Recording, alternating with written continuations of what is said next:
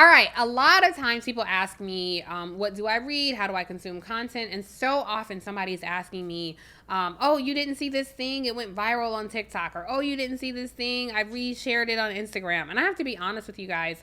Yes, I consume social media like all of you, but not overly. So I'm not addicted to it. And I have to say respectfully, because I know we're all guilty of this, but respectfully, social media is eroding our brains. It really is. The big news the past few months, it seems like every month Shannon Sharp has gone viral for something. I won't even get into what he's going viral for right now. Y'all probably already know. But it just seems so often that the foolishness rises to the top. And I think of all the interesting things I consume on a daily basis. I read about maybe 8 to 10 papers every morning. A lot of people ask what I read, so I'll run through quickly. I always read the Times first. A lot of people don't like the New York Times because of the political coverage, but they're global coverage, their world section, their business section, their technology section, their education section. It's really interesting information. It keeps me up to speed on what's going on. The Washington Post, The Economist, the Atlanta Journal-Constitution. I like to know what's going on locally. The Atlantic has amazing think pieces. The New Yorker, amazing think pieces. BBC website. I like to consume global news because Western media has a very specific slant to it. So Al Jazeera, I definitely read Al Jazeera.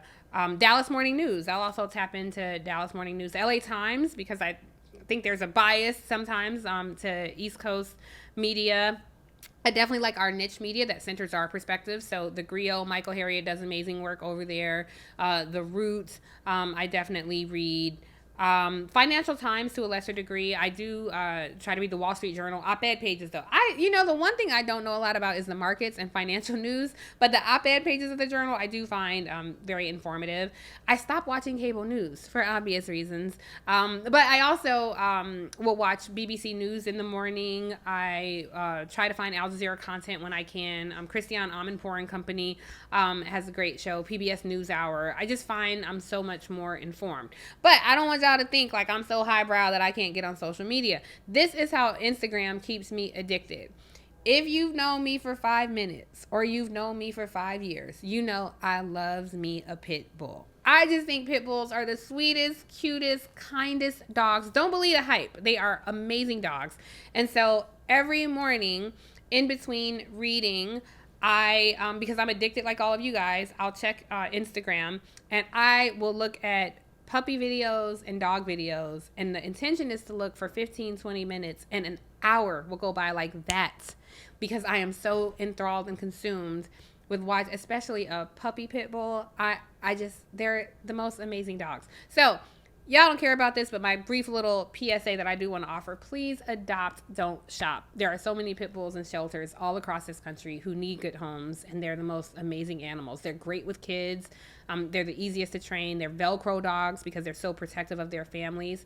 They don't like being home alone, so make sure you have time to spend with them. But stop going to these breeders, you guys. Like, go to these shelters. Tens of thousands of pit bulls are sadly euthanized every month. So when you're breeding pit bulls, it's hard for me to believe that you care about dogs.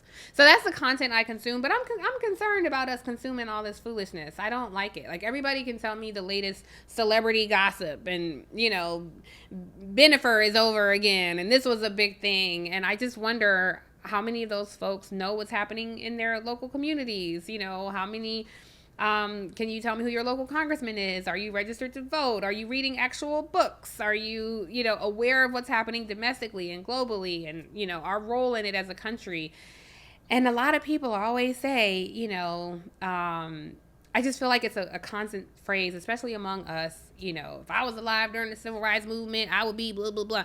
Whatever you're doing right now, that's what you would have been doing during the civil rights movement. So if you're on your phone doom scrolling or scrolling through celebrity gossip and you're not actively participating in defending this democracy or contributing to your local community, I hope that we can find some sort of balance. If you guys are reading something interesting, please let me know. If there's an outlet that you go to that's a trusted source, please let me know. I'm always looking to expand my diet of news and information. Books. I love books. One of my favorite books right now is Black AF History by Michael Harriot.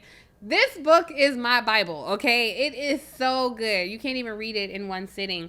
What's so interesting about it is Michael Harriot was homeschooled. So he never learned this fictional story of America.